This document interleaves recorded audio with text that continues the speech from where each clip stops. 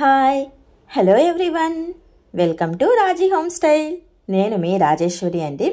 ఈరోజు రాజీ హోమ్ స్టైల్లో సింపుల్ ప్రాసెస్లో జస్ట్ ఒక 5 to 10 మినిట్స్లో 3-4 విజిల్స్లో వెజ్ పులావ్ని ప్రెషర్ కుక్కర్లో ఈజీ వేలో ఎలా చేసుకోవాలో ఈరోజు ఈ వీడియోలో చూసేద్దాం.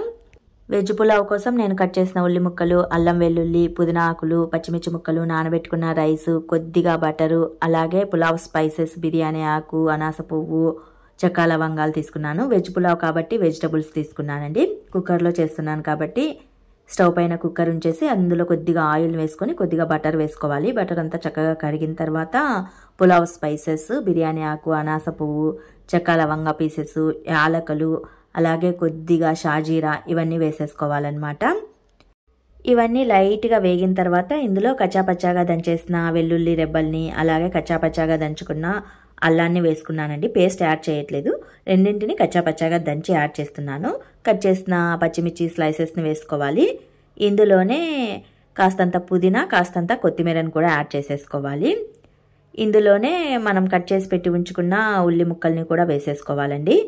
ఇందులోనే మనం వెజిటబుల్స్ని యాడ్ చేసుకోవాల్సి వస్తుంది. నేనైతే ఆలుని, క్యారెట్ని, పచ్చి బఠానీని, టమాటాని యాడ్ చేసుకున్నాను. వెజిటబుల్స్ని మీకు ఇష్టమైన వాటిని యాడ్ చేసుకోవచ్చండి. మీకు ఇష్టమైన వెజిటబుల్స్తో పులావ్ చేసుకోవచ్చు.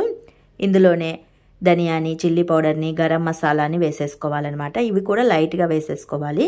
జస్ట్ నేను 2 cups రైస్ మాత్రమే కుక్కర్లో చేస్తున్నానండి. ఎక్కువ ఇంగ్రీడియంట్స్ అయితే మసాలా స్పైసెస్ని ఎక్కువగా యాడ్ చేసుకోవాలి. ఇందులోనే 2 టేబుల్ స్పూన్లమైన పెరుగును కూడా యాడ్ చేసేసుకోండి. స్టవ్ని లో ఫ్లేమ్లో ఉంచేసి ఈ వెజిటేబుల్స్ అన్నింటినీ ఒక 2-3 మినిట్స్ పాటు చక్కగా మగ్గించుకోవాలి. ఇవన్నీ దూరగా మగ్గిన తర్వాత ఇందులో నానబెట్టి ఉంచుకున్న రైస్ని యాడ్ చేసుకోవాలి. ఈ రైస్ని ముందుగానే నానబెట్టేసామంటే రైస్ చక్కగా పొడి పొడిగా అవుతుందండి. కొత్త రైస్ అయితే నానబెట్టుకోవద్దు, డైరెక్ట్గా వేసేసుకోండి కడిగిన వెంటనే. పాత రైస్ అయితే నానితే రైస్ బాగా వస్తుందన్నమాట.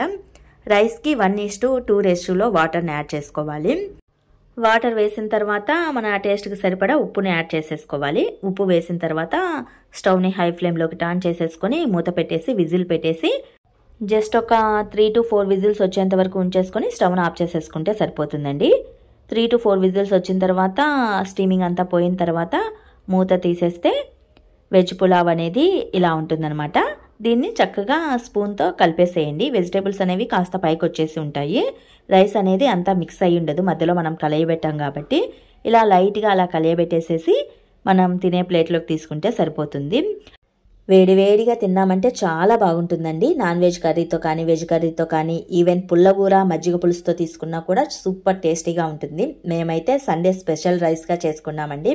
ఇంతేనండి, సింపుల్ ప్రాసెస్లో వెజ్ పులావ్ని 3-4 విజిల్స్లో 5 to 10 మినిట్స్లో ప్రెషర్ కుక్కర్లో చేసుకునే ప్రాసెస్. మరి మీకు నేను చేసిన veg pulao recipe preparation video నచ్చినట్లయితే మరికొన్ని ఇలాంటి రెసిపీస్ కోసం do subscribe my channel. Thanks to watching this video. Compulsory అందరూ ట్రై చేయండి, చాలా బాగుంటుంది అనమాట. జస్ట్ ఒక 5 to 10 మినిట్స్లో అయిపోతుంది కాబట్టి లంచ్ రెసిపీగా కూడా చేసుకోవచ్చు. ఎటువంటి కర్రీ లేకపోయినా తినచ్చు. Once again thanks to watching this video.